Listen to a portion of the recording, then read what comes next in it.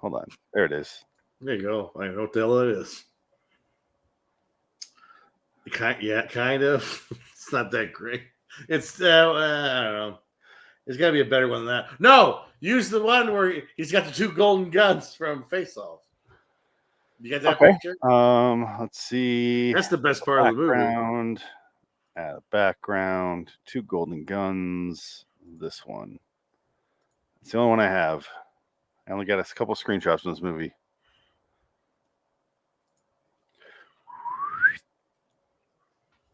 That's not terrible. You can't see them. It's terrible. This is worse. It's just, I don't know. This is an arm. I don't know anymore. It's not even Pedro Pascal's arm, or is it? It is. See if this one works at all with the sizing of the background. No. That works better. There. That's somewhat better. Yeah, somewhat. I'll take that somewhat. I'm talking to Tiffany. Okay, it's this or the water one. I'm talking to Tiffany Haddish. Which one works better? That's fine. This one works better than the water one, right? We got no point. We got no choice. Now let me cue up the video because I'm just going to start the video right off the bat here.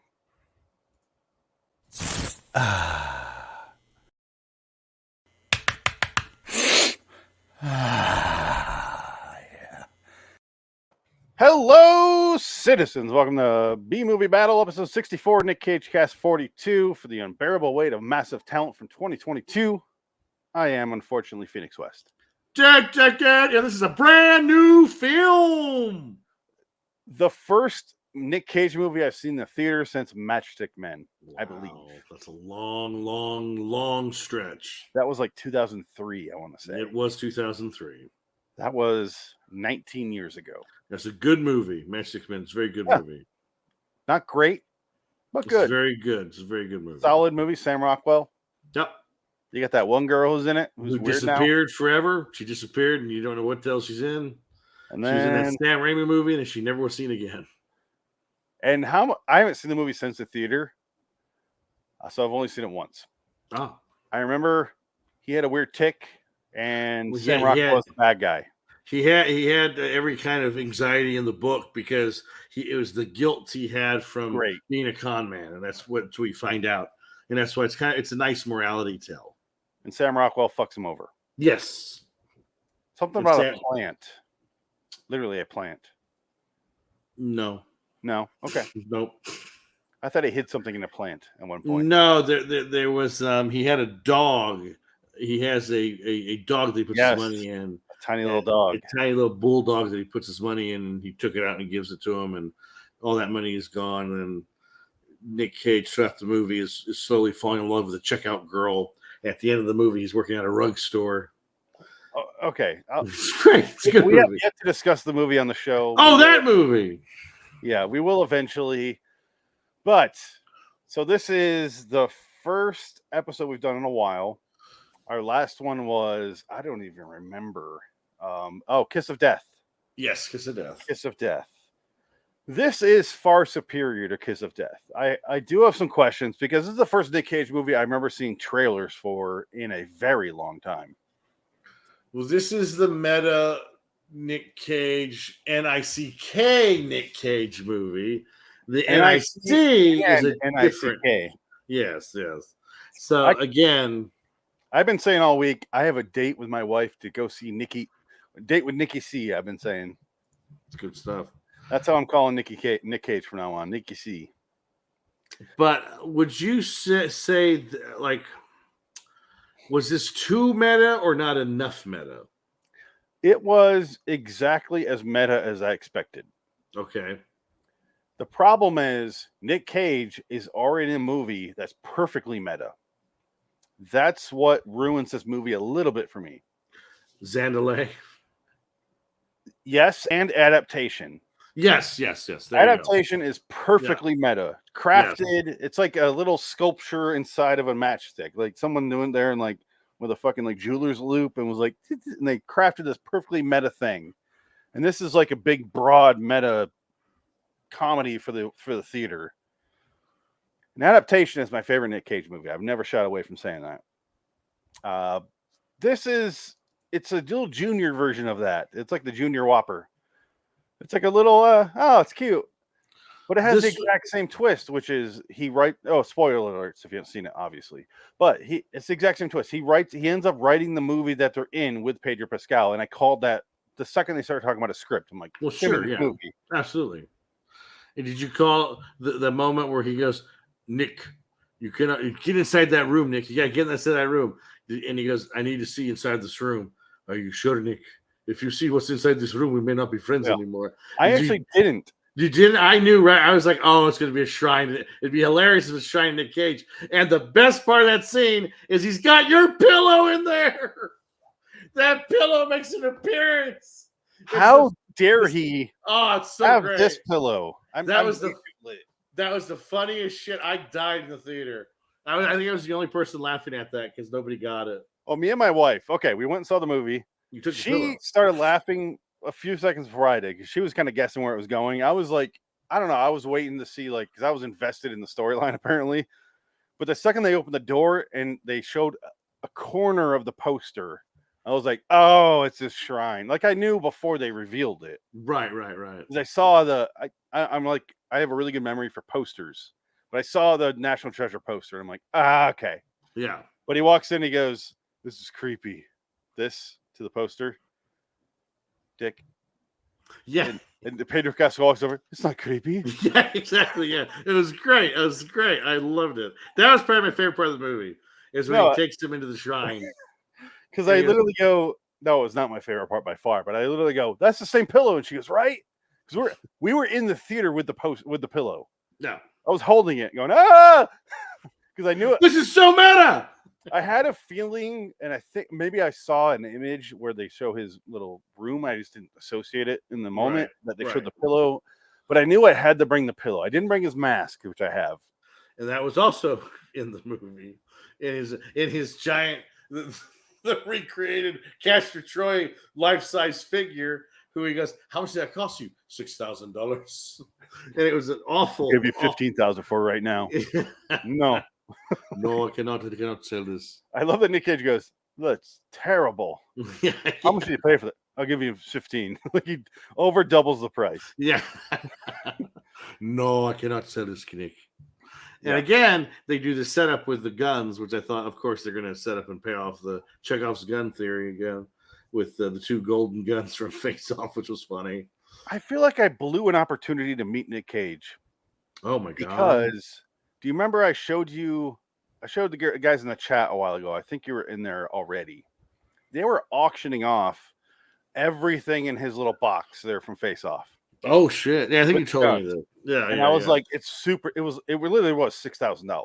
Wow. So I could have bought those, but I assumed it was going to go 6, 7, 50, 28. You know, skyrocket. Oh sure, yeah. So I was like, I'm out. So I could have had the thing where I go, yeah, you can be in the movie. Nick Cage has to come pick him up though, as the seller. You're like, yeah, right. You can take them all you want. I want Nick Cage here for 30 seconds for a handoff, just to say, what's up, man? Sign my pillow. I'm not doing that. This is sick. That's a disgusting thing. I hate that thing. Once you go in that room, you're not gonna look at me the same way. Yeah. I think that was my favorite part of the movie. We have not set up the movie at all. I know, but the reason is the story is the least important part of the movie. Right. It truly is. Yeah. But also the story as the movie goes along becomes more and more important, which I found interesting. But tonally, I think it's all off. Tonally was it's weird because. Oh really? Well, because I was thinking about this today, and I was like, it's supposed to be this comedy, and if you notice, Nick Cage never kills anybody in the movie. He does. He doesn't though. He shoots him in the shoulder. With the knife? The tiny little dude at the end who's in front of the car, he shoots him in the back of the head. Did he shoot him in the back of the head, or was that Nick Cage? I was doing the same math the whole movie you were. Okay, but he does. So that was the only time he kills a couple guys in the basement. But I was like, maybe they lived. It reminded me of a lot. The ending scenes reminded me a lot of the new No Way to Die. Right. Or what's that new James Bond movie called? Oh, the James Bond movie. Yeah, right. But it reminded me a lot of that, where they're in the basement there. Billie Eilish is a big fat pig. It's a lot of dark, and it's the same exact set. Right. Yeah. But Cage is shooting a couple of people to get him free. And then the one guy, the tiny little dude, blocks the car, and then Cage shoots him in the back or the back of the head. Right. Right. He died. He clearly died. No, you're right. I forgot. I thought the girl shot him. I couldn't remember. No, I remember she ran him over, and he does get shot in the back of the head because he's like, oh, yeah, because he ran over. Okay, he gets back up, and then Cage shoots him. I was like, oh, Cage killed someone finally. Yeah, well, because that was the thing. Death we saw. Because it was just, I don't know if Nick Cage, because it's a meta Nick Cage, he didn't want to be seen being a murderer. No, in this sort of fake world.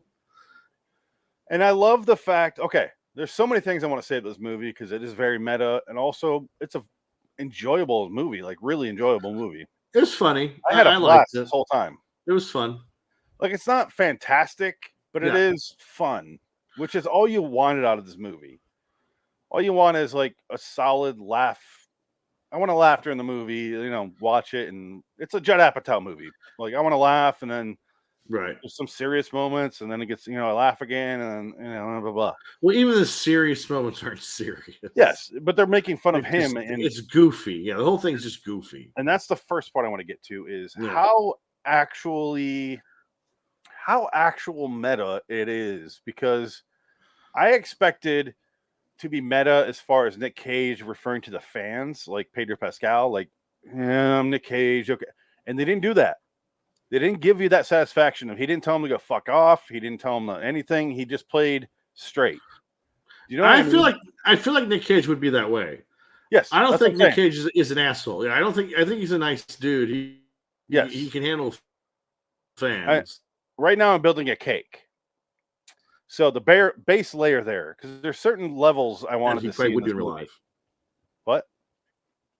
We are on a delay here. I said it was breaking up. Yeah, I think your internet was going out. We're good now. But I said I'm building a cake. So the base level was Nick Cage just and his fans. I wanted to see how he handled that, and he handled it very well. It was not an issue with the movie. I expected him to be an asshole, like overly. I'm myself. I'm a comic version of myself. They didn't do that. They avoid all the stereotypes. I thought he was going to fall in love with the Hispanic girl who worked with Pedro Pascal. Yeah, I thought they were going to do that whole thing where he fucks her, and it's like he gets jealous, and they didn't do any of that. So that was layer 2. I was like, oh, they didn't do any of that. It's pretty simple. Thank you. The story's simple. I appreciate that. Yeah, and that's fine. They try to do the cliches. They avoid all the cliches here. And then the next step I was looking forward to is, how does Nick Cage handle being Nick Cage, accepting every role? And he made fun of himself plenty in that opening 35 minutes, I'd say. Well, the beginning, daughter. And the first 10 minutes of the movie is pretty much Nick Cage's Hollywood adventure, just trying to get a job, and he hasn't really worked in a while, and he's kind of worried. That's why they say, "Oh, you're gonna get paid $1 million to this birthday gig." Oh, I don't want to do that. I want to do a movie, and that's what set up the plot of the movie. Well, they say is that. Sorry, go ahead. You're right. No, it's just that he's going. He wants a role from David Gordon Green. Yes, he was the cameo director with him. Who did Joe with him, and he said that's the only director that ever directed me, the real me. Yeah. So I think that's why he said I want him in the movie for this character to react to. Which, spoiler alert, is a movie I voted above this one. No, Joe's a great solid fucking movie. Joe's a good movie. Yeah, Joe's really good. Yeah, I would say Joe is great. Joe is a great movie. Joe's a great movie. Yeah, it is. It really is. I would say it's one of my favorite Nick Cage movies. Absolutely. Yeah. But again, what kind of killed Joe is it's sort of in the same vein as Mud. It kind of, those two movies kind of tie in together, and they're both equally good, with both equally good character performances by two actors, Matthew McConaughey and Nick Cage. And they're both kind of playing themselves in a way, because I think Mud is very meta McConaughey. But Mud was too far with that role. Well, it goes. Yeah, Joe's more realistic. Mud is more Hollywood. This is the guy who did the fucking Halloween movies. Yeah, Mud has check. Mud. Yeah. Well, Joe was like the poor man's version of Mud, where it doesn't have a big shootout at the end, where it's not like it's the gang attack at the end where it's they're not in the Mississippi Delta. Right. Yeah. Yeah, it's just it's like they steal some money, or they go to bridge. He's got to save his sister from being drugs. raped by that guy. Yeah, and That's then all it was. Yeah. he saves her, and then He gets shot. he goes He right gets back shot to from work. behind. No, he dies.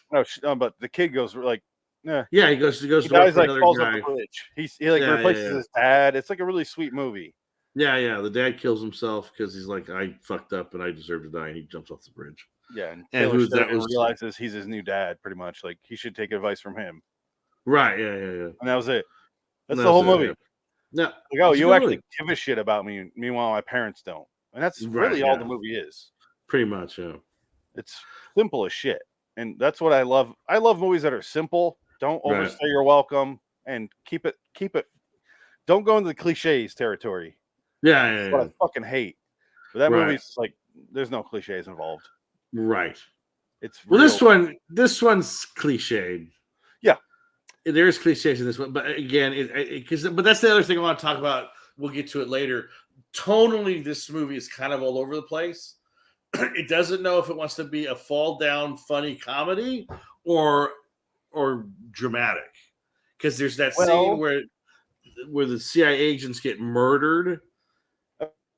Let's put a pause there because we'll go over tone later. Yeah, that's what I mean. Yeah, because I want to get to some things first. I want to build on my cake here. Yeah. They didn't do a lot of the cliches you see in this movie. Like I said, didn't fuck his interest. It wasn't it wasn't a Scarface thing where he fucks his cousin's girlfriend or anything like that. They didn't. They avoided all that. They did do the cliche of he wants to get his family back. Yes, but it was so almost untouched upon that it worked. Right. Because he never said that it was his goal. And that's what it felt like. It was almost natural. And here's the other meta thing. You know whose daughter is played by? Yes. Kate Beckinsale's daughter. Yeah. How fucked up is that? She looks like, I don't know. She's like Martin Sheen. She's Michael Sheen. Martin Sheen. Michael Sheen and Kate Beckinsale's daughter. Yeah. Well, she looks more like Michael Sheen. She's probably got her mom's body, but Michael Sheen's face. She's got these big old alien eyes. She's got that Michael Sheen face. Yeah. From Twilight.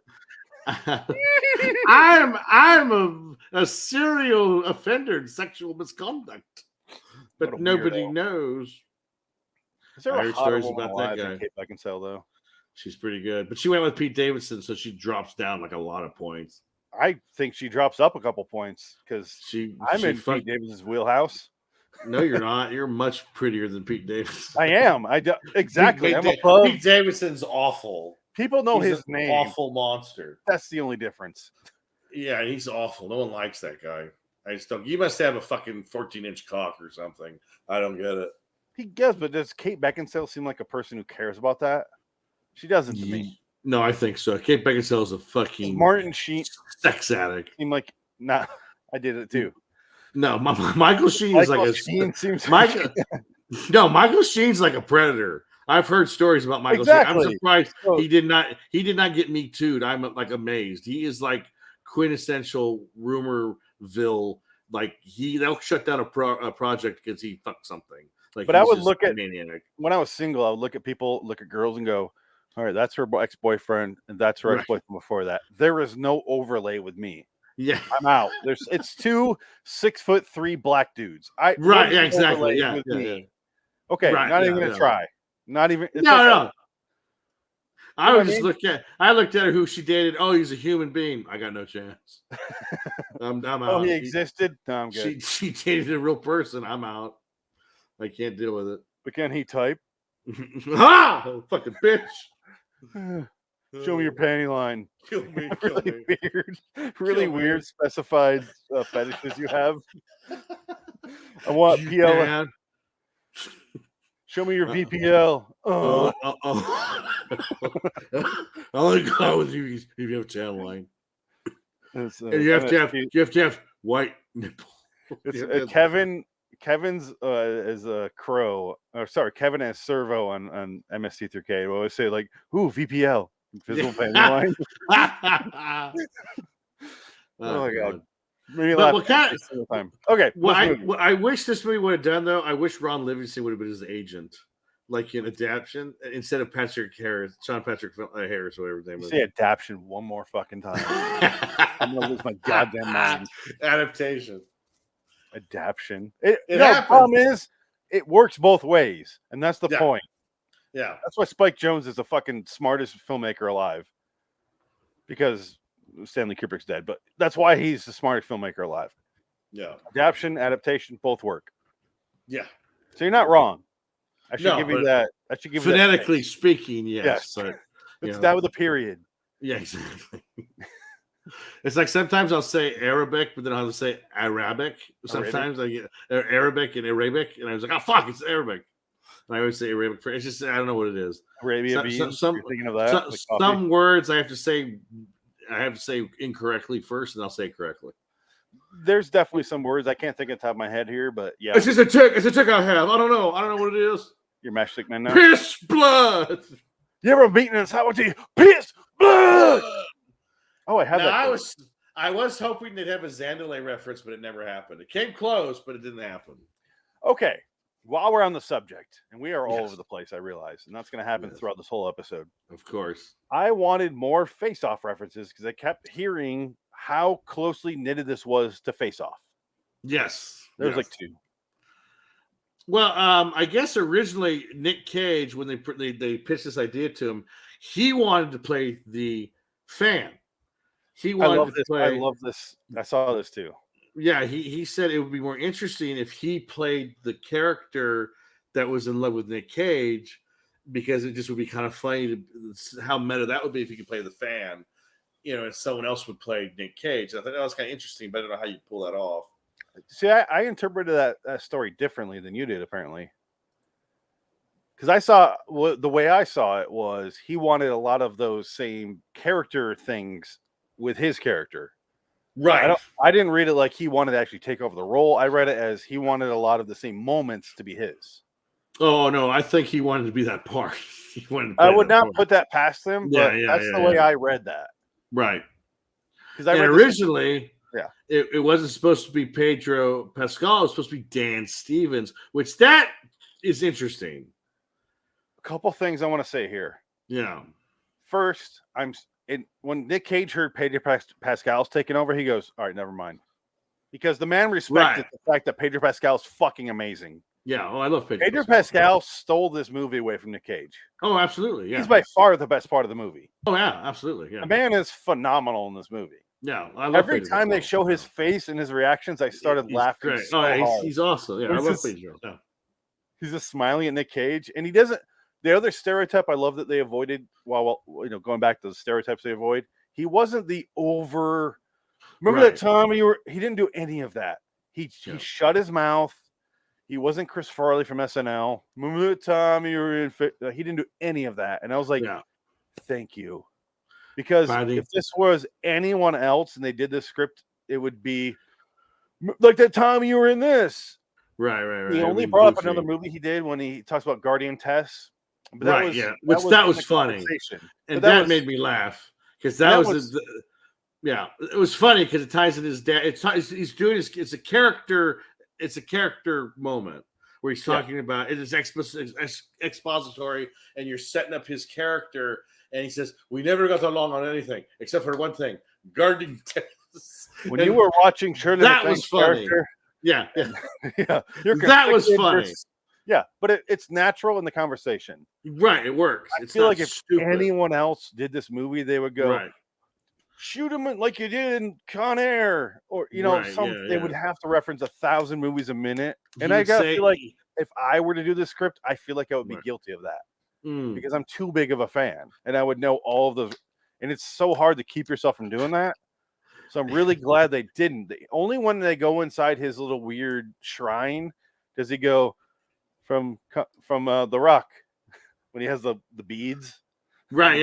Green bead balls. Yeah. The Rock. Remember? It's very nonchalant. It's just like, that's from The Rock because he's embarrassed.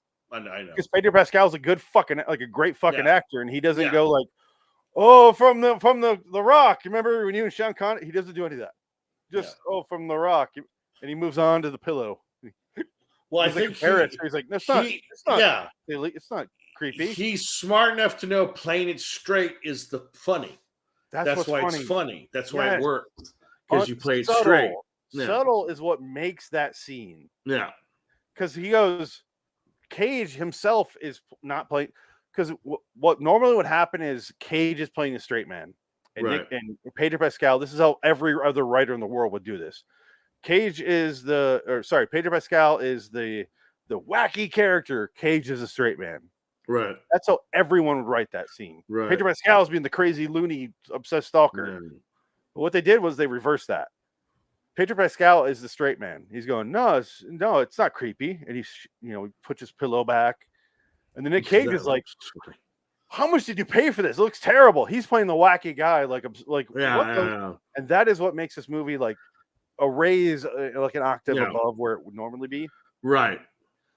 That scene alone, like you said, is your favorite scene in the movie. That's the scene that made me go, oh, yeah, because they didn't do those things I was expecting. Right. And that's another layer of my cake that I'm mentioning. No, there's all these layers that I thought they were going to do that they didn't do. And that's what I appreciate about this shit is right. Meta is so easy to oversaturate and just do like so saccharine and well. And in speaking, did you like or dislike the younger Cage? That's his id. Did you like that, or do you think that was kind of weird? That is the last thing in the world I expected to happen. Yeah, I was like, "Oh my god, they're really going for it." When that happened, when he's in the car, "You're Nick Cage, man. Oh, the first you're time a movie star, man." Yeah, he turns at the car. Yeah, and he talks to his younger self, and it's like Princess Leia in the end of Rogue One. Well, it's much better because it looks more real. But I think they actually had Nick Cage do the lines, and then they like de-aged his face. Well, I think he said it's a deep fake. He just played, or I think it was another actor who played him, but then he did the face stuff, and they just recorded his face doing it. The way I saw it, the face, it's deep fake. It's the way I saw that was Nick Cage was doing it, and then they just replaced his face with his own face. Yeah, I think that's what they did. That's what it looked like to me because something like that. Cage, the way he looks at himself is a little off. Right. Like he's a little. The eye lines don't quite match up, so I was like, okay, there's nobody there. Right. And he did the other role. Right. Yeah. I could be wrong, obviously, but and then he kisses himself, which was funny. I laughed. I thought that was like, oh, that's interesting. That's funny. The first scene is in the car. Yeah. And he's just like, he's like cheering himself on, but he's like, the first scene is after his daughter's birthday party. We got kicked out, right? No, it's before that. Before that, okay. No, I don't remember if it was before that. No, because it only happens 3 times because you have to do that. That's a joke that you do in 3s because it makes sense. So what happens is he well, maybe we should go through the beginning of the story to get it set up. Go for it. Nick Cage. Well, it opens with actually a girl getting kidnapped, watching Con Air, and it's just fucking Nick Cage smoking a joint. Yeah, and she gets taken, a la Taken, and you're like, well, what does this have to do with the movie? But you're like, whatever, it's going to be the opening, and then you flash to Hollywood. Nick Cage is trying to get a part with David Gordon Green, so he's having lunch. I guess originally it was supposed to be Quentin Tarantino. He's like, there's everyone in the movie is supposed to be someone else. Right, yes.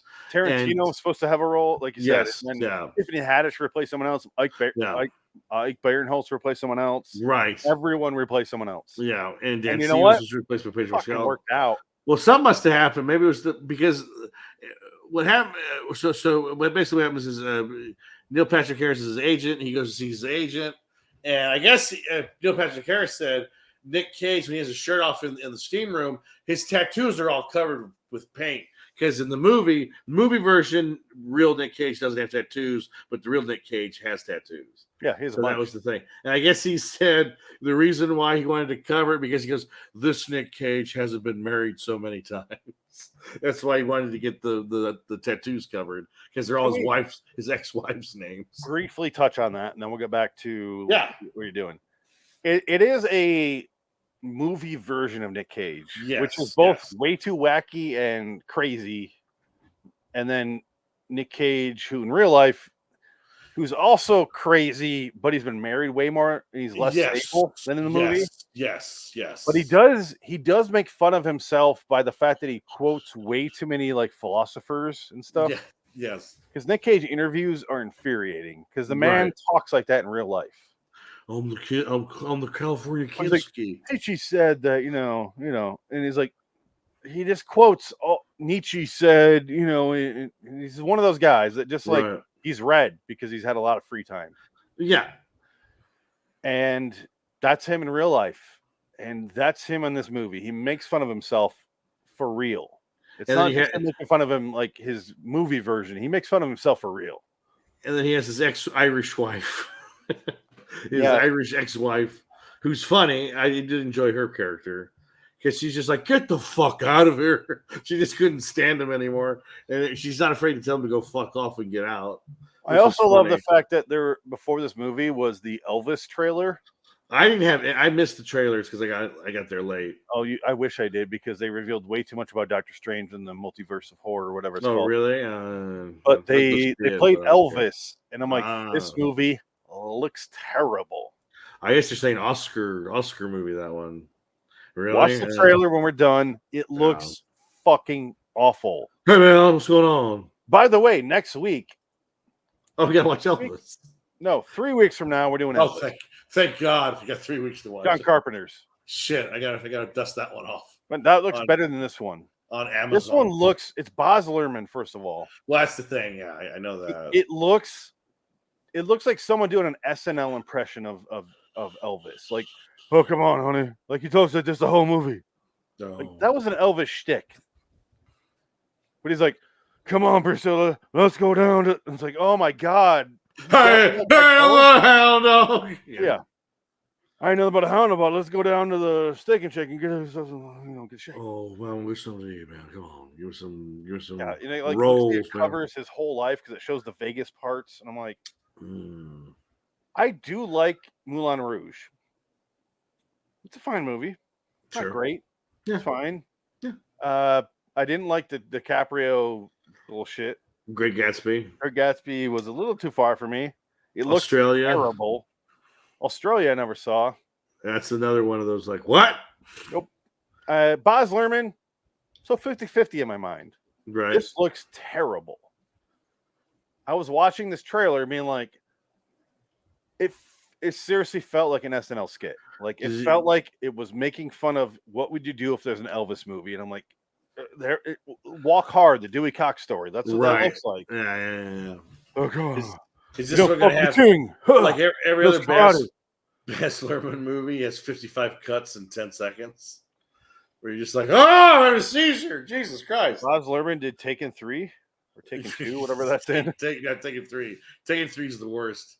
Oh, man, that's bad. But no, Baz, you watch Moulin Rouge or you watch any of his movies, he has like 20 cuts. And it's just like, holy shit, stop it. Stop. Hold the shot. Jesus Christ. He holds it together by having those long pan-in shots to the scenes. Kind of. He's afraid to hold a shot for like 20 seconds. He can't do it. I don't know what the fuck's going on with that guy. But okay, so let's get back. Yes. Did I have a problem with the Nicky Cage parts? Because he plays Nick Cage with a K. Yes. No. Because I feel like maybe that's how Cage actually talks to himself. Oh, I don't doubt it. Yeah, I don't doubt it at all. Yeah. And that the way I read that in the theater was Nick Cage going, "You have to be an artist still." Right. And we did, you mentioned on a previous podcast, not this one, but Nick Cage said he never phoned in a performance. Right, that's what he's saying. And I actually agree with him. Yeah. I make fun of the man all the time, and I love the man. But I don't think he's ever phoned it in. He has done movies for money, but he's never phoned in his performance. He's always been there like, I'm going to do something. Like, even if it's stupid, like that one where he's silent, versus the fucking robots. Yeah. Willy's Wonderland. Willy's Wonderland, yeah. That movie fucking sucks. But I didn't feel like he was faking it, No. And also, they make the case that they have the myth of him is that he's always in like financial trouble. The lowest he's ever been like in trouble is he's been worth $25 million. Like that was the lowest he's ever been like in trouble. So he's not nuts where he's like Johnny Depp spending. I think Nick Cage is smarter than that, and I think he just buys wacky stuff. And people like automatically will say, "Oh, he's just a weird spendthrift." It's like, I don't think he gets married a lot, and divorces cost money. So I think that has a lot to do with it. He did that, but the way he spent his money was smart because he bought art and like you said, I saw something that said he spent 150 or 500,000 on dinosaur bones. I'm like, right, which he can resell for 650,000. Well, sure, yeah, probably. So there you go. Yeah, that's why he never was actually in debt when he had to pay his tax. And he has like a massive comic book collection that he sold.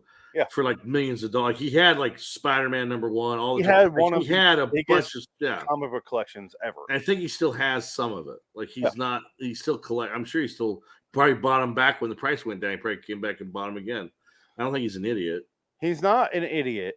No. But the movie portrays him as a guy. He reminds me of his character in The Weatherman, which is a guy who has a good head, just cannot control his own life. He can't control the people around him. Like he tries so hard and he's successful in his field, but you said Weatherman. I got upset. And had to leave the room. Everything else around him, he just can't control. You know, it's very similar to me to the Weatherman. Right? Yeah. It's not the real Nick Cage. The real Nick Cage is actually more of a disaster. Yes, because he has a drinking problem. The reason I brought up Elvis is he married Elvis's daughter. Yes, in real life. Yes, and he was obsessed with Elvis. Still is probably. Oh, I don't. He did a movie called Honeymoon in Vegas that we talked about, where he plays Elvis a little bit at the end. He skydives as the Flying Elvis is. Come on, man, look at me. I'm Elvis. That's why he does every 7th movie in Vegas. Now, why he does every 8th movie in New Orleans, I have no idea. The food. Must be.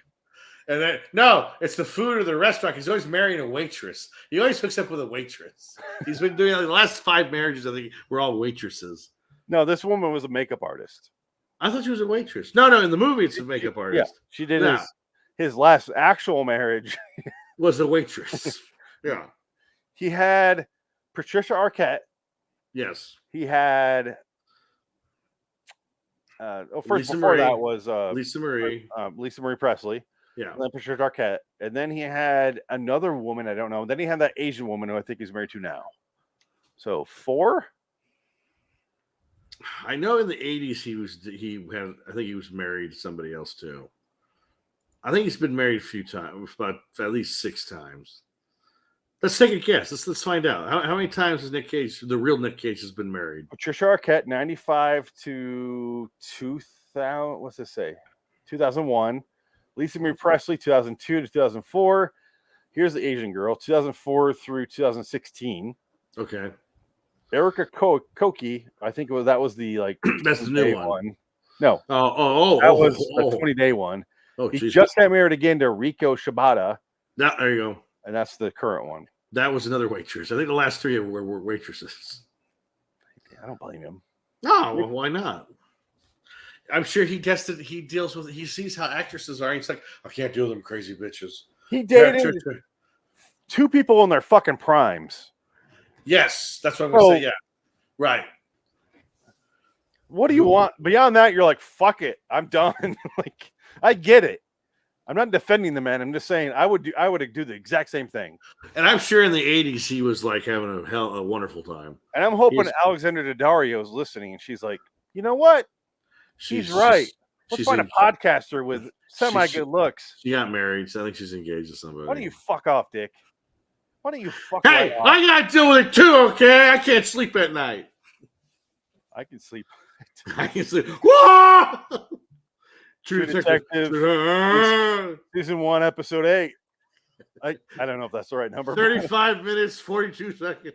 I'm Mr. Skin. 30 minutes, 45 seconds, and done. Sleep like a fucking baby. Alex.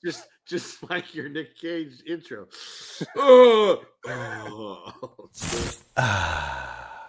That's me going to sleep every night. Oh, baby. My foamy froth all over my belly. Take me away, Percy Jackson. And let my chest and stomach hair soak up my juicy goodness as I fall asleep on my back. Baby, baby, baby. They become like white trees. Oh, my God. Little sperm babies on my chest. Oh. Where were we? You were describing the plot. Nick Cage's marriages. No, so Nick Cage has a daughter in this movie, and Nick Cage realized has sons. He doesn't have a daughter. So that was what I was like. I was remember watching the movie. Does he even have a daughter? I was like, no, he No. doesn't. Because I almost thought Cage. We have Metalhead son. Metalhead son, and who actually he's a good dad. I know that because he supports his kids. And I said, well, all intents and purposes, they actually get along pretty good because he always talks about his son's albums and stuff. He's a good dad. He's a good artist. Yeah, he's an artsy fartsy dad, but I'm sure they have a good time together. He looks like a good dude. But he's having trouble with his daughter because he's trying to relate to the daughter, but it always goes back to him because he's the center of attention because he's the actor. And even the wife is like, Nick, you do this all the time. You got to figure your shit out and then maybe have a relationship. And what happened? According to Cage, he owned the most haunted house in America, a home located in the French Quarter of New Orleans, Louisiana. Well, there you go. Now we know why every eighth why is there. Yep. Cage also sold his Action Comics #1 in online auction managed by Heritage Auctions for record-breaking $2.16 million. There you go. To assist his paying his tax liens and other debts. Oh, sure, yeah. Cage purchased the comic in 1997 for $110,000. Wow, that's a hell of a return on investment right there. Jesus, $110,000 to get what $1.6 million for it? That's pretty fucking solid. Yeah, Cage is arrested in New Orleans, French Quarter district on April 2011 for suspicion of domestic abuse, battery, disturbing abuse, and public intoxication. Yes, he does get drunk a lot in public, and that's a problem. He does have issues. He's got a lot of issues in reality. But I honestly do not see him hitting someone. No, I think that, I would say maybe he does that kung fu thing, but that's as far as he goes. And he does that a lot. Does he do that in this movie? No, he does this. He does that. I appreciate you with his rings. Which That's I wonder, literally behind us right now. Were the rings? Is that a real Nick Cage? That's thing? Definitely real Nick Cage. That's Nick a real Cage Nick Cage. Wears a lot of wild jackets and a lot of wild rings. He's got the Johnny Depp scarf thing going on, but with jewelry, with rings and jackets. And he did do his own driving in Gone 60 Seconds. That is true. Oh, here we go. So here's two. Okay, there's the same kids. Nicholas Kim Coppola. Yes, it's his name. That's him. That's his name. But I love the fact that his alternate version is credited as that. Yeah. So yeah, I thought it was funny. Yeah. So here's his kids. Okay, here we go. And everyone knows about Weston. He at least been like fucking like he used. That's like that's a normal picture of Weston. Like honestly, that's the most normal I've ever seen him look. And here's his. So Kal-El. This is a Superman kid, Kal-El, yeah, Coppola Cage, right. And then we have who looks like an Asian Nicolas Cage. This one about a while ago. That's hilarious.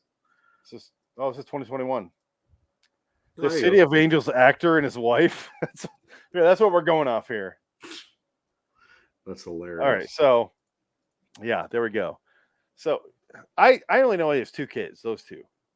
Apparently there's a third, but I think he just had a baby. So he just had a third kid. But it was never updated on Wikipedia, so I don't know. Well, yeah, they haven't caught up yet. But yeah, I think his wife now is currently pregnant. Okay. The man personally don't give a shit about. Honestly. Do what you want, don't give a shit. Yeah. The movies is what I care about and what you care about, right? Yeah. This movie, they really simplify his personal life. He has an ex-wife who's Irish. Yeah. She was the makeup person on his one, right. And Captain Corelli's mandolin. That's right. Yeah, underrated film. I just remember what that was. It's underrated. It's underrated. And he has a daughter, and that's it. Yeah, that's it. They keep it simple. Like I said, it's a movie version of his life, and the problem is the movie version of his life is like The Weatherman. Right. Where it's an updated version. It's actually a better version of his life. Adaptation, meanwhile, similar film story-wise, is a much worse version of Charlie Kaufman's life. He makes fun of himself so fucking hard in that movie that it's hard to look at this movie as a serious movie. Right. Because adaptation is far, far superior to this movie. Well, adaptation is also directed by Spike Jonze. Yes. And written by Charlie Kaufman. So again, probably the best screenplay writer that's ever existed. I'll say that. Well, one of them, yeah. One of them, yeah. No. You can say one of them. That's fine. Yeah. I would say the best for me. Well, I didn't see Synecdoche and I didn't see Human Nature, so I couldn't give I've seen Human Nature. Yeah. Human Nature is good. Schenectady, I have not seen. And I haven't seen his episodes of Dharma and Greg, so I can't be 100%. I probably have. No, but filmmaker, film writer.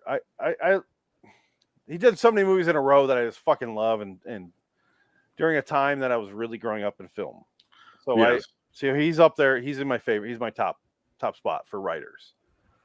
But this movie, I just felt like it was a Hollywood version of adaptation. It was what would the mass. They even say it in the movie. We have to add a plot element, so we add in the kidnapped daughter thing, and we have Tiffany Haddish being like, "What can you say to him to make him talk about the kidnapping of that girl?" Right. They think that Pedro Pascal kidnapped the girl. Right. Yeah. And that's the whole point. Is him and Pedro Pascal start working on a script. Eventually, that script starts crossing the line into reality, which is, let's kidnap my daughter. Therefore, you can figure this out because I'm having troubles with my daughter. And Pedro Pascal reads that horribly wrong. And that's where it's like a sitcom. That's why I said it was earlier. Because Pedro Pascal goes, I got you. Okay, I don't agree with that, but he flies his family to see him. Immediately takes his family to California. The next day, to whatever country they're in, Colombia. Who knows? Well, here's the thing. Okay, I feel like this was shot in Nice. Like it does not look like it's the Central America, South America at all. No, it's definitely. It's like Malta or Spain or somewhere in Europe. And I think that's the case because originally Dan Stevens is playing this character. So I feel like it was supposed to be like sort of an Eastern European Russian thing. And then Pedro is Hispanic, so they went more for the Central America drug lord thing. It does not look like South America. It is not South America. Yeah. It looks like you said. It looks like south of France. Yeah, it looks like Ronin. It looks like they're in Ronin. It looks like a non-tropical getaway with a really the vistas are incredible, but it's not. It doesn't look like jungle to me. Like it is not. Yeah, it's not South America. Well, partially because Colombia, I don't believe, is on the ocean. Isn't it in the middle of the country? Like it's in the middle. It's landlocked. It's not in the middle, but it's landlocked, right? No, yeah. Brazil is on the ocean. Ecuador would be on the ocean. Yeah. Chile would be on the ocean, but Argentina, like any other country in South America except for Colombia. I think Argentina is actually landlocked too. I don't know, but Buenos Aires is probably on the coast, though. Maybe I can't remember. Or maybe it's near the coast. I can't remember. The Falkland Islands. But so I mean, Argentina is not landlocked. It's not. Okay, it's on the coast. On the East Coast. I was thinking it was on the. It's on the East Coast. That's right. Okay. Yeah, that's right. I'm thinking. Okay, so when Haddish he gets Abraham Holtz.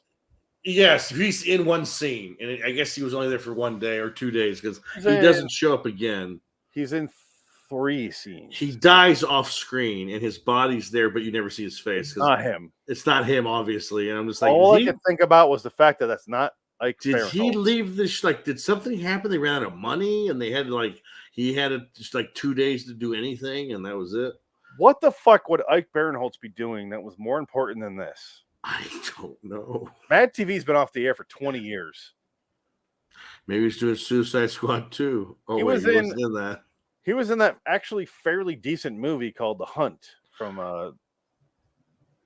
what's his name? Blumhouse. Oh, I still haven't seen that one. Decent movie. Yeah, anyone saw Ike Barinholtz is in it. Does a good job. He does a good job in that movie of script plus improv. But it works in that movie. In this movie, it's all improv. It's all improv. It's all 100% improv. It's all right. Yeah. The only part I laughed at when she goes, Tiffany Haddish is like undercover and she's like, Nick Cage, I loved you in The Croods too. Right. Yeah. He's like, oh, thanks. Here's your signature, and he gives him the thing. And he goes, she's like, I got him. I had to do something. He was right there. So, did you see Croods 2? And he goes, no, I'm 40-5. Why would I see Croods 2? That's why the fuck would I see Croods 2 for you? Yeah. That was the only part I laughed at. Normally I fucking love. I love Mike Barinholtz. He's in it really quick. He's in the car. He's in a scene in the car, and then he's on the phone with him when he's trying to lay the camera in the mainframe room. and that's it. And he's out of the movie. So And then he gets killed. Something happened because even Tiffany Haddish replaced somebody else too. Yeah. Who did she replace? There was another actor that was a character actor, and they just replaced him last minute. Something must have happened. A guy. I can look it up now. And Tiffany Haddish was handpicked by Nick Cage, I guess. But it's like I didn't even realize that was Tiffany Haddish. I had never. I know who Tiffany Haddish is. I just don't remember what does she do, like what she looks like, because I'm just like I forgot where she. I didn't realize that was her, and I was like, oh, she's fine, whatever. Anybody could have played that part, but what threw me out of the movie is she's in the movie for a lot of it. She's actually in the movie more than I thought she was going to be, and she's kind of playing. She's the CIA person, blah blah agent, and then when they kill her character off. Oh, I just read something. Oh, what is it? Sorry, I want you to continue right after this, but Nicolas Cage revealed that his character in The Weatherman is also a reflection of himself, including the divorce, relationship with his father, change his last name, and public perception. So, interesting. Like I said, this is very closely related to The Weatherman, if any other movie in his catalog. But sorry, continue. Right. No, just Tiffany Haddish is there. She's setting up. She's basically the exposition, and that's her role, and whatever. She's fine, and I felt weird because like they're coming to get to her. He's going to see her to take his family back. So the CIA is going to take him out of there. This is an interesting story, interesting trivia that it's obvious, but also didn't think about that. The third movie where Nick Cage plays two characters. That's true. Face Off adaptation than this one. Right, because he plays the drug lord which I started fucking laughing out loud when he's in his makeup. No, he's like, so that would be three, but no. Hello! Him and his younger version would be the two. Oh, right. Yeah, it's true. Yeah, you're right. Okay, sorry. I'm sorry. No, just that's the only part that I had an issue with was like, if you're going to go full comedy, why do you have that second act bit? Because I know, the stakes got to be raised. It's going to be an action movie now. And they even mentioned it in the movie where they said the third act has to be the darker, action-packed, no holds barred action sequences. And it just turns into an action movie. Do you know what that part reminded me of? Seven Psychopaths. Oh, yeah, absolutely. Yeah. It's exactly what Sam says in that scene. Yeah, exactly. Yeah, you have to do a shootout. Yeah. You have to have an action. Like, yeah. But it works a lot better in that movie. This one, I was just like, all right, here we go. Because Abby Cornish runs in a white shirt in the rain. She gets shot up and she has giant breasts. And it's hilarious. And the only part in this movie I laughed at was... Sorry, go ahead. No. I'm just saying giant breasts part... The part that I also laughed out loud at the very end of the movie where Nick Cage throws the knife and stabs the guy. His daughter runs to him and she's got big tits. Like they slow motion it. They did. It's just like it's ridiculous. Her Demi Moore. Yeah. And I was like, that's funny. That was. I was thinking funny. of Austin Powers Goldmember right there with Tom. Right. Cruise Yeah. Gwyneth Paltrow. It was very goofy. Yeah, they did that on purpose, and it was very Austin Powers Goldmember there. Very, very, very, very obvious. But as I was going to say, I read a couple things here. So according to Cage, this is going back to Weatherman. This is not the first time Nicolas Cage played a fictionalized version of himself in a movie. His character in The Weatherman was a reflection of his movie star persona. David Gordon Green and Demi Moore replaced Quentin Tarantino and Angelina Jolie. Where's the... I know exactly what you're talking about with the Tiffany Haddish thing, and I can't find it. Yeah, I can't remember who it was. It was somebody that was the character actor. Oh, I think it was the guy that played Richard Jewell. Despite its long 6-word multi-syllable title, The Unbearable Weight of Massive Talent is not actually the longest title Nicolas Cage cinema movie. The longest one is Bad Lieutenant, Port of Call, New Orleans. Granted. However, the longest title of all Cage film productions was the actually made for television David Lynch Industrial Symphony No. 1, The Ballad of the Brokenhearted, which I've seen, and Nick Cage is in it for 3 seconds on a phone with Laura Dern. Right, because it's the tie-in to Wild at Heart. Yeah. Well, it's not the tie-in. It's just a short or whatever. Why can't I find this thing about Tiffany Haddish, who she replaced? I think it was the guy that played Richard Jewell. That actor, I just can't remember his name. According to Tiffany Haddish, she told Nicolas Cage a story about having sex while watching Face Off as their first time in a movie theater. Cage laughed about it, saying it was a symbol of their impending marriage. Right. So she fucked in the theater for the first time? I guess so. Or the first time having sex, period, in a Cage theater. was recommended Haddish by Paul Schrader, who he's done that's weird. 2 movies with. Paul Schrader, that's an odd combo. Dog Eat Dog and the New Orleans oil disaster movie, the Dying of the Light. Jesus Christ, that's a stretch. It's all in here. Wow. It's all in here, Dick. And then he did Paul Schrader directed a second version of the Dying of the Light called Dark, which is like the Dying of the Dark. Oh, just like he did Paul Schrader's, just like The Exorcist. When his version of how he wanted to do that movie. Right, yeah. So technically 3 movies with him, but okay, so when's Haddish coming next? No, but like when her character gets killed. Paul Walter Hauser. So yeah. So when her character gets killed, it's just like it kind of was just like I didn't like it because it's just like now you're going into like a weird dark territory, and I was like, if this is gonna be full on like comedy, make it a comedy and nobody dies, you know. Don't go that. Don't try to make it low. Now it's serious, and the and I guess that's part of the whole meta thing. Where like this is the third act. It's serious. There's danger. The stakes are raised. But it's like if you're trying to incorporate the real world into this situation, they're not. Which they are in there. Now they want it both ways, but it doesn't quite work for me. Like, that's the only problem I have is that they're trying to have both things work out, but it doesn't quite work. The reason I didn't mind the third act, but also didn't love it, was because they did exactly what 7 Psychopaths did. Right, yeah. The third act has to be this grand gesture to the audience to say, we're resolving this, which is the reason it works in 7 Psychopaths is that's the fucking point. Right. Sam and Colin in that movie, their points of that is to write a screenplay. And that's the exact same thing in this movie. Right. They're trying to sell something to the audience, and that's why it shifts gears. And the third act of both movies is not nearly as funny or character-driven. But it worked in 7 Psychopaths because he was making fun of Hollywood. Yes. Here's your third act. Yeah, it's not good, is it? No. That's the fucking point. It works for Martin's movie, not for this. No. This is... We need to have something big for the audience, and they even say that. The problem is the only joke in the third act was when Nick Cage is running and he swaps shoes in the truck. Right, yeah. He's like, "Sorry, there's no ankle support in these shoes." That I laughed. My wife was laughing so hard. She goes, "I'm about to pee." During that scene, she laughed for 6 minutes straight during the LSD scene. And I would agree. I haven't laughed that hard since the Wolf of Wall Street scene where they did the Quaaludes. That I was going to say, I wanted to bring that up. I just let the Marcus. I think I know the answer to this problem.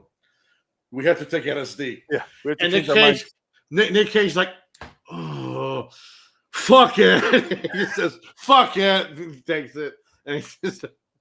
That was funny. It was a funny part, and it was funny following the scene where Nick Cage he goes to do the super wall? secret undercover thing, and he goes into the security room and he plugs in the USB things, and he's like, "Right, the security guard's coming. What do I do?" And Tiffany Haddish is like, "All right, you put the sticky thing in her hand, and you touch the guard, and it puts him unconscious." She doesn't tell him it's going to kill him. Right? Yeah. He goes, "All right." He goes, "Oh fuck! I think I just want myself in the face." Yeah, I think I touched my lip. I don't know. Did you do it? I don't know. Oh fuck! I think I did. It's done very well. Yeah, and he's like, "Oh shit!" And then he dies, and then she goes, "Action!" And he wakes up and he hits himself. And that was funny. The scene works so goddamn well. Yeah, and then it does the next bit of like large humor, which is him and Pedro Pascal and LSD. They're driving around. They park in some clearly Italian village. Yes, it's very. Yeah. They look over and they see like a guy, and the guy next to him's like bald, but he kind of has long hair. He's like really red hair. Yeah. Nick Cage is doing it for instance, and he goes, well, let's just say you're doing a role. Like, for instance, those guys have been staring at us the whole time. And Pedro Pascal's like, they have been? They are staring. Hold on. Let me look again. They are staring at us. He's like, no. All right. Don't look. You got to look around and then say. Now laugh. Do a fake laugh. That's what they. He looks at him directly. I was laughing the whole time during this scene at Pedro Pascal's face because he sells everything. Yeah, he's funny. During all the comedic bits. Yeah. The man is goddamn hilarious with his face. Yeah. He's a good comedic actor. God damn, he was great in that scene. And he's like, ah! He's like, oh no, and they run away. Yeah. Then they jump over that wall, and the whole scene is like they're doing two things right there. Yeah. One is the heightened fake heightened Hollywood stakes. Which he lifts Nick Cage under the wall and he's like, oh, don't leave me. Yeah. I can't lift you. Let me go. And he falls. I'm sorry. The first time he drops, you see the slow motion, him falling all the way in his back. Yeah. But the second time is what made me laugh harder because he's holding him and you see the angle from Cage's perspective where he lets him go. Right. And he's like, let me go. And he lets him go. And it cuts to Cage's face, and it cuts back to Pedro Pascal, and there's no difference, but he's standing on the ground already. Yeah, his hands still up in there. That's what made me laugh, is there was no difference. Yeah. The wall is that small. It was like the wall bit was pretty good. Yeah, it was funny. And he gets over it, and I'm like, I've seen the Naked Gun. I've seen all that. I know where this is going. He walks around the wall, and he's like, oh, I got around. I'm like, yeah, I knew that. They're on drugs. I was like, I'd overstayed its welcome 15 seconds too long. And that's the problem for me for that scene. But my wife she was almost peeing. She loved it. Like, she fucking loved it. Yeah. Like, there was only 12. I counted. There was, okay, so us, 2 more couples, and 1 guy. So 7 people. She was so fucking loud watching this movie in the theater that she had to go. She almost peed herself because she's. Laugh, have fun in the theater. You're supposed to. I always laugh. She was so loud. I'm like, are you serious? Oh, I laughed out loud at Rambo when he was killing everybody left and right during that movie. People looked as like I was psych out of my fucking mind, but I don't give a shit. That movie was hilarious.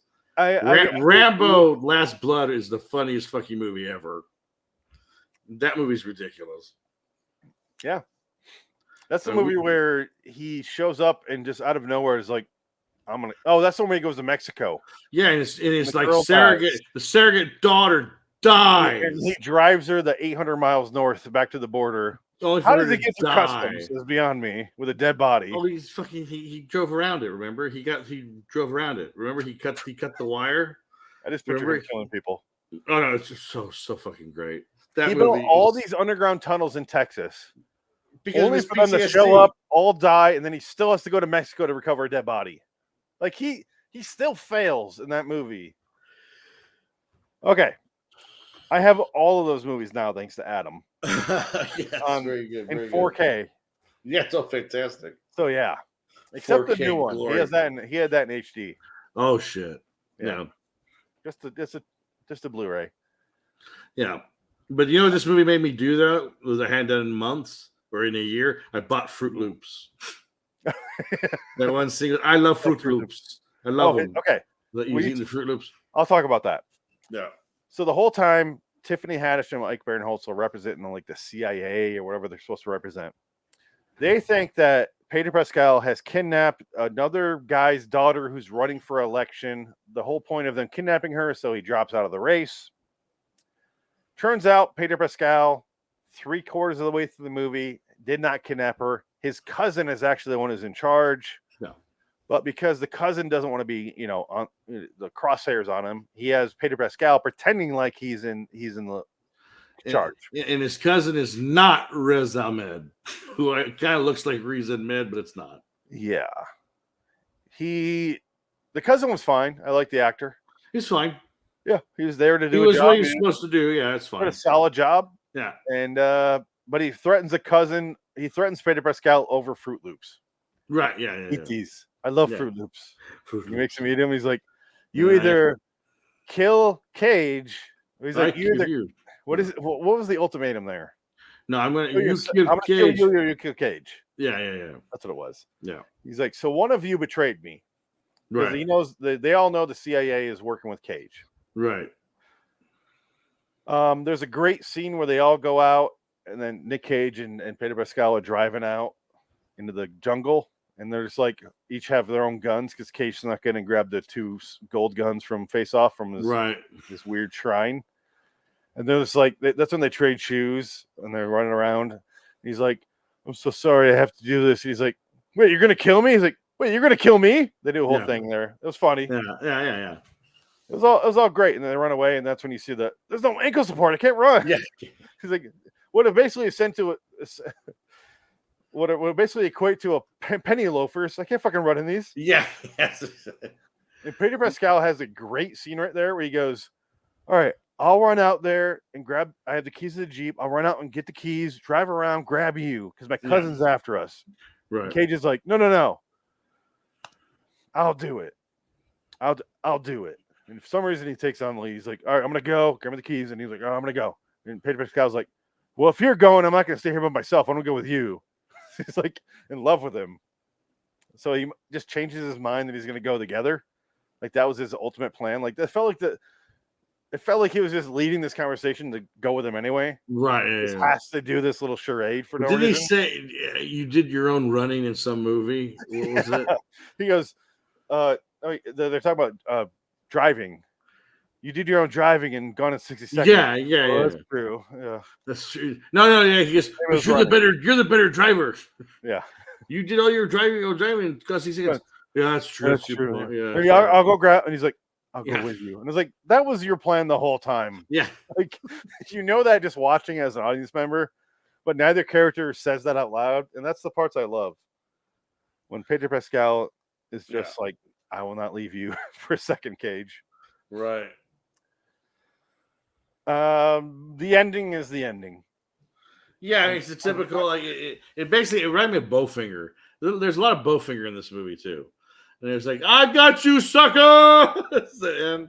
And Bowfinger, it felt like the same way in this one, where he throws the knife at the guy, and it's Nick Cage and Demi Moore and the daughter with the big titties run after him. And it's like ridiculous. Harold Ramis. Was it Harold Ramis' daughter? No. But, yeah, I mean, and then it ends, and it basically ends where they set it up earlier, where they talk about, like, Nick Cage just wants to have a night where he just sits on the floor, watches movies with his family, and that's how he spends his days. And they do that at the end. And they have a great joke where they go, what's your top 3 favorite movies? And he goes, well, my first one has to be... oh, yes. Thank you for bringing that up. I forgot. It has to be Face Off. What? Yeah, Face Off. And then, okay, what's your second favorite? Well, Paddington 2. No, the second one is... No, the second one is... Calamari. Yeah, that's right. And the first one is Paddington 2. What? I swear to God, I cried the whole time. It made me question myself as a man. He's like, no, fuck it. No. I'm in the end credits, and he's like, cut to perfect time. That movie was amazing. Oh, it's amazing. He's crying. And then they're watching, at the end of the movie, the daughter says, he goes, well, what movie do you want to watch, honey? Paddington 2. And he goes, oh, right. It's like, oh, okay. So it's pretty nice full circle joke there. Yeah. There's a lot of setup and payoff in this movie, and that's what I appreciated. And it was a fun movie. But again, did you read about that deleted scene that they didn't put in the movie, but it's gonna be on the DVD or Blu-ray? No. Where he fights himself. Oh, okay. They did a whole sequence. He goes to the bar in South America. Right. He looks over and he's talking to himself, and he's just like, "You are Nick fucking." He kisses him, and then he's like, we're going to go out there and we're going to get this done. And then he's like, Cage's kiss is great. Something. I think that's what it was. But again, he sees him a third time and he punches him, right? Yeah, he tells him to go away. He doesn't need it anymore. So I get in the original version, they do this entire bit where it's a fight scene, and it takes place on a German expressionist set. So it's like Dr. Caligari set, and they're fighting each other. So I thought that'd be kind of interesting to see. I guess they did shoot it, and it's going to be on the Blu-ray, but it just wasn't. It was too long for the movie. I guess that's why they changed it and rewrote it to be as simple as what they did in the movie. So I'm kind of curious to see a deleted scene. Let's see if I can find one. I don't think it's going to be online. Hold on. Okay, here we go. And apparently, Here it is. Here's one of them. Not Lionsgate bought this movie. I dare you to do your best impression. It can be of anything: a person, an animal, a machine. Okay, you ready? Yeah. What do you say we cut the chit-chat a-hole? Was that me? Yes, I'm sorry. That's pretty good, but you got to do it a little faster, and you really got to hit the A hard. It's like, what do you say we cut the chat a-hole? A-hole. That's how he says it. No. like, what do you say we cut the chit-chat a-hole? What do you say we cut the chit-chat a-hole? No, it's not a question.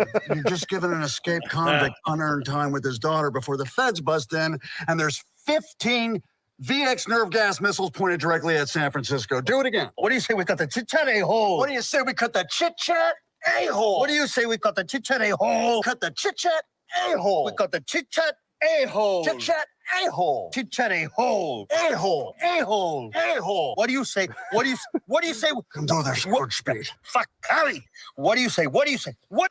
That's a line from The Rock too. The Godspeed thing. Yeah. He's doing This is a something. great scene. Why was this cut? I can see why they cut it. Still, this is great. It's This should have funny, been but behind the scenes or something. Well, I feel like the Chit-chat movie a-hole. could have been shorter. Music, beautiful. You got it. That's why he's the best part of this movie. Yeah, he's funny. His facial expressions make this movie for me. He's good. I did see, if you look way above you over there, 100% Rotten Tomatoes. Yes, at first. I don't think it's 100% anymore. Because it opened up to actual critics. Yes. As of now, I think it's still pretty high, though. I think it's like it has to be 80s, right? Is it 7.6 in IMDb. This is where I give my rating. Okay. Let's cover the ending. It's very, very generic.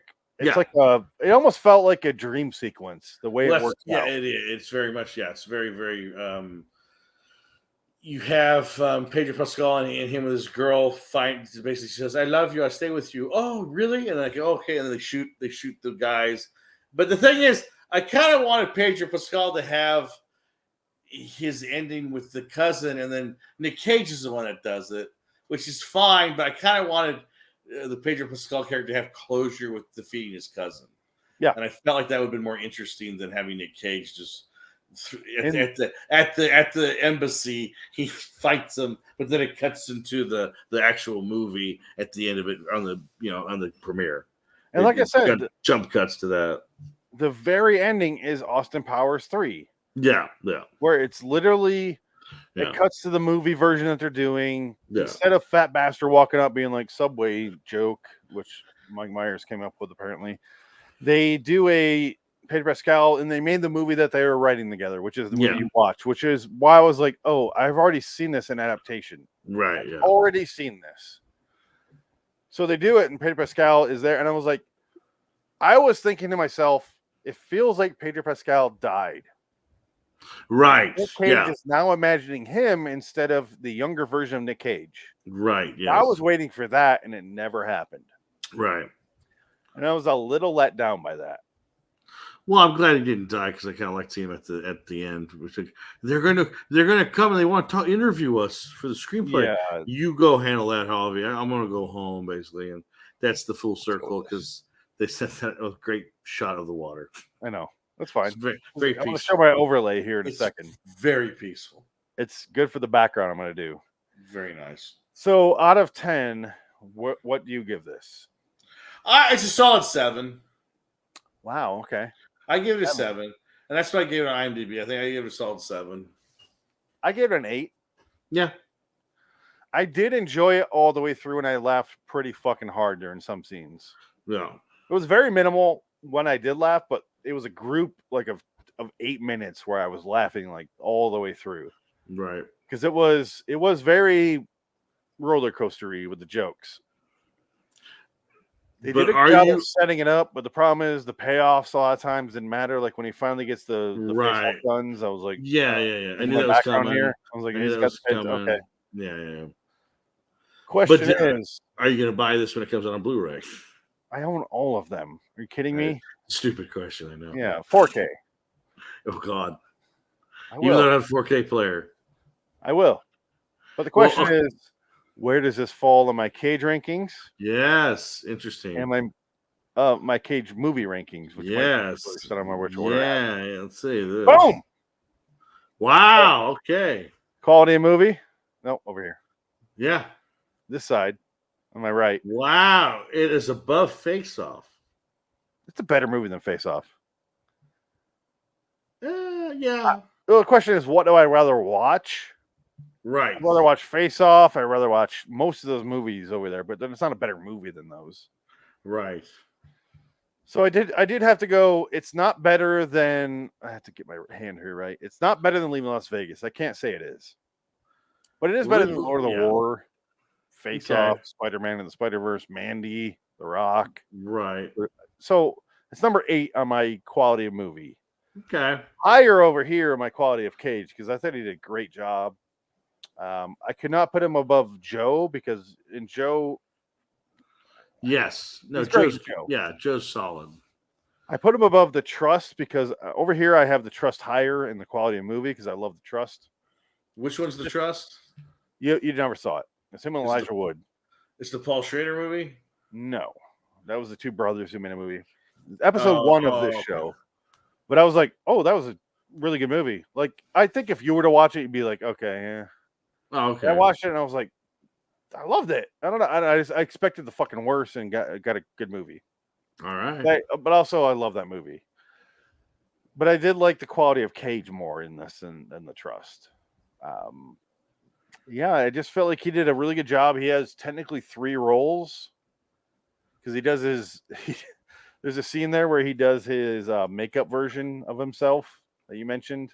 Right, yeah. Where he plays the Italian guy. Yes. Who's been in hiding for 15 years. Right. And it obviously looks like Nick Cage in makeup. Yes.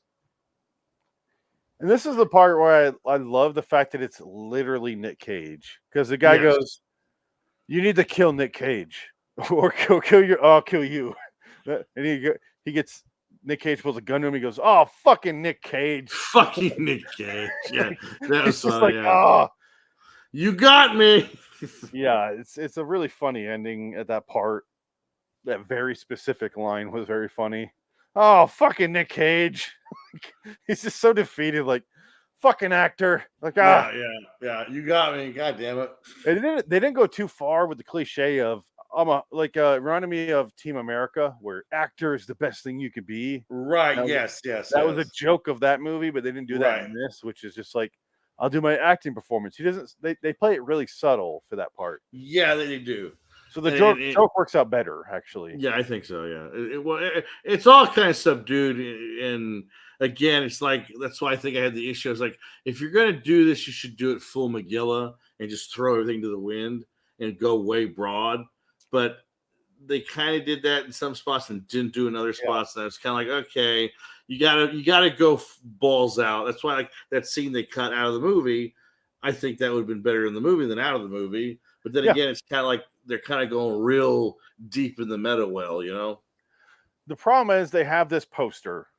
Yes. This poster tells me you should go balls to the fucking wall. Yes, exactly. Do Team America in real life. Yeah. So they should have gone all the fucking way and just had him do 6 different roles there at the end, like Ocean's 11 sort of movie. Right. But just have him do himself, his old self, which he already beat to death, I guess. And then this Italian dude. I wish the ending was almost like, you have to be this guy, you have to be this guy. Can you do this? You're a great actor. Now's your chance to prove it. Right. Yeah. Like you said, all the way there. They just dip their toes and they're like, we're out of here. Yeah. The ending is lackluster compared to the rest of the movie. Yeah, it just ends. It just ends. He's That's watching a movie with his whatever. family. It's fine. Yeah, it's just if they set it up at the beginning, how like they used to do that when they were starting out, and it wasn't about the jobs. It was just about family, and they go back to that in a sense. So it's a callback to that time. So it's fine. It works, and I think Nick Cage comes out ahead in this movie as really likable, and he's having a good time, and it's an enjoyable movie. And like I said, solid 7. So yeah, I do want to get the movie, watch the special features, and I'd be curious to see your commentary, and I hope they do have a commentary. I would assume that would be part of his contract. I hope so, because that would be interesting to get into that. And just if I was to get Cage in a movie, I'd be like, oh, you have to do the commentary. Yeah. That is part of hiring you, because I wanted you in a room alone with me, a microphone. Tell me how much you hated me. Like, go for it. Especially this movie. How you played yourself several times in this movie. We need you to talk about that. The people need to hear this. Yeah. Do a video version of it. Like, you need a picture-in-picture for the commentary on this one. Yeah. When he shows up in his lion outfit and he's wearing like a fucking safari hat. Like, what are you doing, Cage? God, now he's got his fucking Shriner hat on, and he's dressed up as Superman. Kal-El. He named his kid Kal-El. Okay. Yeah, that's the funny part. The director of this, Tom Gormican, wrote Ghosted, the TV show, which with Adam Scott and what's his name? Yeah, Kirk Robinson, which looked pretty good actually, but it got canceled after one season. Yeah, I never saw it. And then he did That Awkward Moment, which I will never see. I don't even know what that is. Zac Efron and that guy from the Fantastic Four movie. Never. No, thank you. With the square head. That's great. The guy who plays the main character in Fantastic Four, the new one. What's his name? Miles Teller. Ghosted looked good, though. It really did. I saw some clips. And I'm like, oh, that looks funny. And I saved it on my hard drive just to watch it eventually. And I haven't. Maybe I will now. But yeah, I would say I gave it an 8. I did enjoy it. Like I said, here it is in my rankings. This did replace Bringing Out the Dead. Oh, really? Okay. Either I will do one of two things. Move every episode of the planned future ones an episode down and do Bringing Out the Dead next. Or next we'll do Running with the Devil. I have not decided yet. You want to do Bring Out the Dead next? Yeah. Just because I think that's on Amazon now for free. I think I have access to it. I can watch it. I have it on DVD because it's not on Blu-ray. I think I have it on DVD as well. One of the few Scorsese movies not on Blu-ray. Yeah, well, if you get The Departed, Kundun, I love Kundun. The special features for The Departed, if you get the Blu-ray, are not the same special features as the DVD, which is annoying because the DVD, The Departed, has an awesome Scorsese on Scorsese documentary. It talks about his whole career, and it's not on the Blu-ray of Departed. Only on the 2-disc set of the DVD of Departed. But why? I don't know. That's why I bought. It's just like shit. I have both, so I ended up buying it. I was just like, I got a thrift store for $1. I was like, oh, I'm buying it this time because I used to have it and I got rid of it. And I'm just like, well, shit, the Blu-ray don't have it, so I want that documentary. Shit. I just found a picture I saved from the last episode we did. Oh God, this. Where's this one? No, that's beautiful, fantastic. Yeah, use that somewhere. All right, I need to save that to our screen. Well, I guess that's it for this. Marvelous Weight. Good episode. The title itself, though, I don't like the title because, like I said, when I bought my ticket, I just said, "What's the Nick Cage movie out?" I want that. Problem is, all the advertisements go massive talent, April, whatever, right? Yeah, whatever it was. It's just massive talent. Yeah. So I went and I go massive talent, and the girl goes, "Oh, first of all, I walk up to the screen. I walk up to the outside of the theater. Okay. Here it's Harkins, which I brought in my collection of Harkins cup, which I'm missing 2 that are downstairs. But every year they have a special cup. Oh. So every year I go and get the special cup.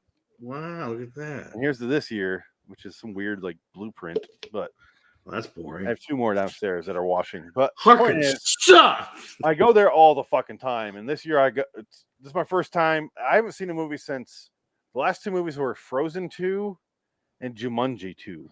Ooh. Both kids movies I brought all everyone's kids to. Right, yeah. I finally was like, all right, we're going to the theater alone. Yeah.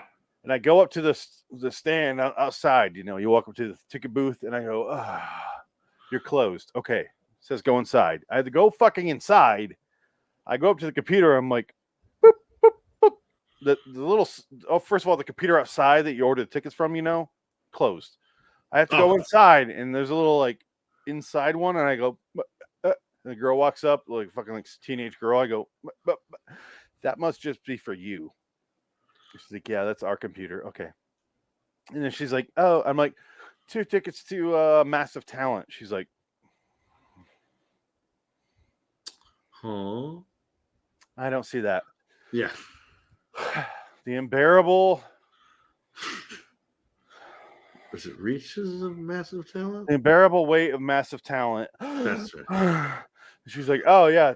All right. So 2 for that. Choose your tickets. I'm like, oh, now it's a touchscreen. Okay, great. Yeah. We choose our tickets. There you go. And it's like every seat is available except that one dude who's in front of us. I tell you what, you make a surreal day out of it. I saw this movie a double feature because I went to the theater this weekend to see it. I watched this movie and The Northman immediately after. What do you give a Northman out of 10? 7. So same. I would say the same because The Northman. I didn't realize it cost $70 million. I don't understand how it costs that much money. I couldn't tell you. It's interesting. It's very interesting. I think the woman who sat right fucking next to me, her and her husband, which I fucking hate. It's like there's 70 seats in here. Go over there. Don't sit right next to me. I know it's assigned seating, but there's 20 seats on this row empty. Go sit over there. You guys sit right next to me. Well, when we had the option to finally choose on the screen, I tried to tap seconds ago, and she told me it was only hers. Yeah. And she goes, all right, choose your seats. I go, there's one person 2 aisles behind him. We'll go there. Yeah. You got to do a 2-aisle buffer. If you can tell, not a lot of people coming on a Wednesday night, which is when I saw it. Yeah. Space it out. And everyone else was very polite. Like my theater was everyone did 2 aisles behind, and it was great. Small theater. Right. I didn't notice anyone else except when my wife was laughing uncontrollably. Right.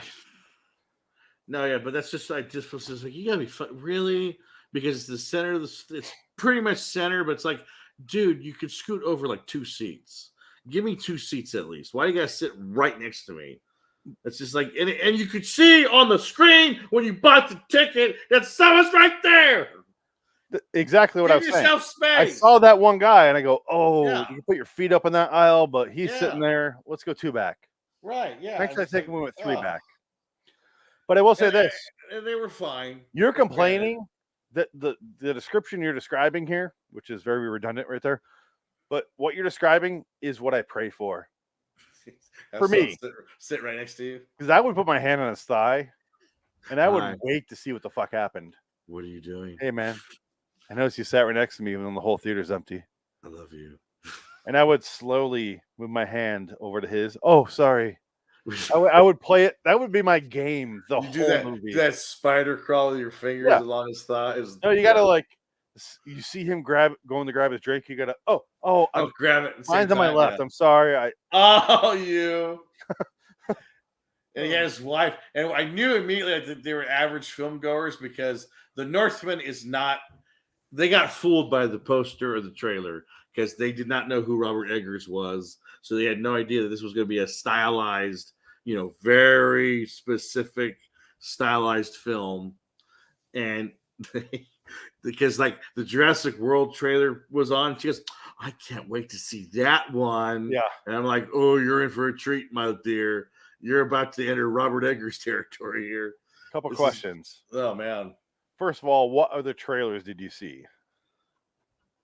Oh, no, actually, they're pretty mundane trailers. It was Jurassic, the new Jurassic Park movie. Fuck, I can't remember. For us, just it was that. Basic movies. It wasn't anything special. It was a fucking new exorcism movie somehow. How the fuck is there another one? I saw the tail end of that one when I walked into the theater. Yeah. It was the first one that played for us. And then they didn't play the Lightyear one, obviously. Okay. But it was like movies where you're like, okay, I didn't see the new. Okay, question. I realize I'm all over the place right now, but I'm going to pause because I can't remember any of the trailers. So I do want to ask, is The Lighthouse worth watching? Yeah. It's on my list, my top 5 list of movies to watch because I think I'll enjoy it, but I don't know. It's square. It's shot 4:3. I know that. So I watched The Ghost Story. Same thing. Yeah, same thing. Yeah, I don't mind that. But Defoe and Pattinson are really good. I love Pattinson. It's an acting movie. Yeah, it's an actor's movie. Defoe either cares or he clearly doesn't. That's Defoe. But Pattinson, so far, I liked him and everything. And it was great in The Northman when he goes, Stellan Skarsgård goes into he finds the pagan priest somewhere, and he's got the head of William Defoe, and he brings it out, and William Defoe talks to him through the head. And you're like, oh my God, this is fucking crazy. And at first I thought it was Randy Quaid. Stab me. The guy playing the guy playing the priest in the room. I was like, is that fucking Randy Quaid? It wasn't. I mean, it was. I wish it was. It was amazing. Paper face on him fucking his wife in Canada. Oh, fuck you, George Bush. It was it was Rupert Murdoch. Whatever it was. Much funnier. So long ago. It was very personal because he ran Fox or something, or he ran Fox. You know what? Rupert Murdoch. We need to get out of here. Yes, we do. Until next time, and in the meantime, check out this movie that's still in theaters. Yeah. It's so long. It's not going to make much money. Dick Dickens. It needs to make money. I don't think it's going. I think this is going to be on streaming in no time. Here's our credits. Here's our credits. Those are our credits playing right now. Oh, it's very nice. Yeah. You like them? All right. You like them?